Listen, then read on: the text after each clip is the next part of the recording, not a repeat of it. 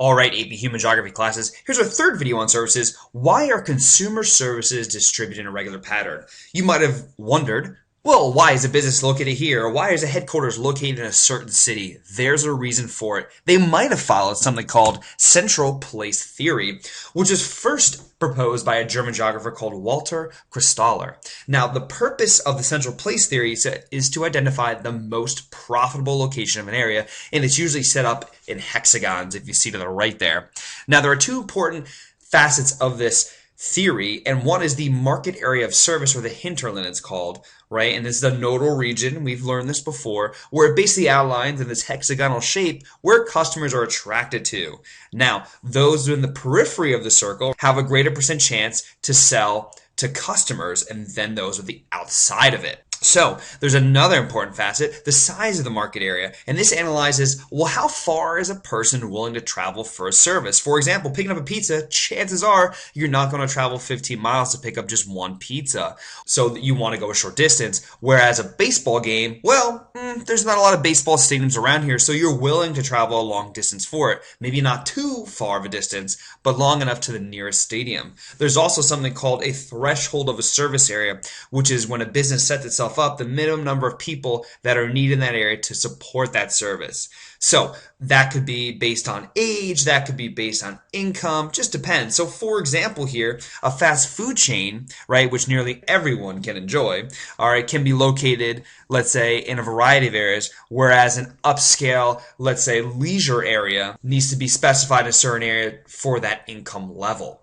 What do they do after they use the central place theory, if they use it at all? Well, they could also use something called a market area analysis, and this is where business owners basically determine, well, where am I going to put my store? And they focus on two things, the profitability of location and the optimal location within a market. So profitability, right, and this kind of links back to the central place theory, is you survey the local residents and see how far they're willing to travel for a service.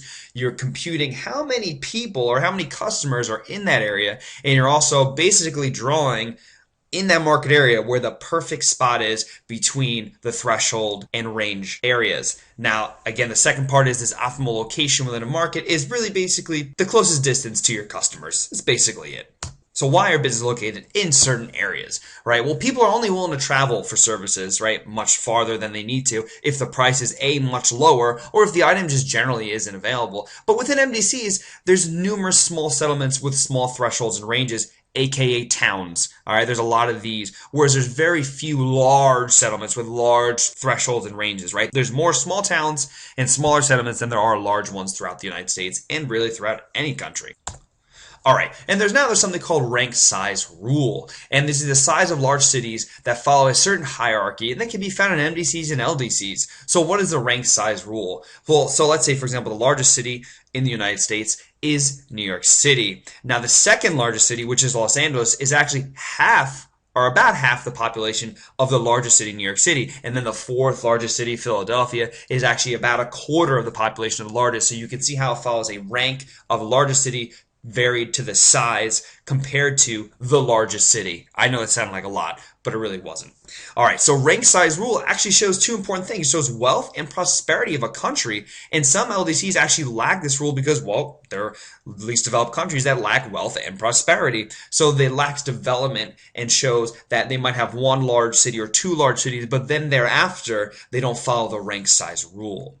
And then there's something called periodic markets, which play an important role in LDCs more so than MDCs, but unless they follow the central place theory, right? These are where markets come together to offer goods and services in specific locations on specific days. Vendors, let's say, drive to a local area or transport their goods to this specific location and sell, let's say, for example, MDCs, fresh food for local farms, or in LDCs, they might provide food, clothing, and other services that are not offered year-round. And these specific days can depend on religion and cultural traditions. For example, in Muslim countries, markets are held once a week, but not on Fridays because that is the Muslim day of rest. Okay, little quick rundown on that. We'll talk more about this in class. See you then.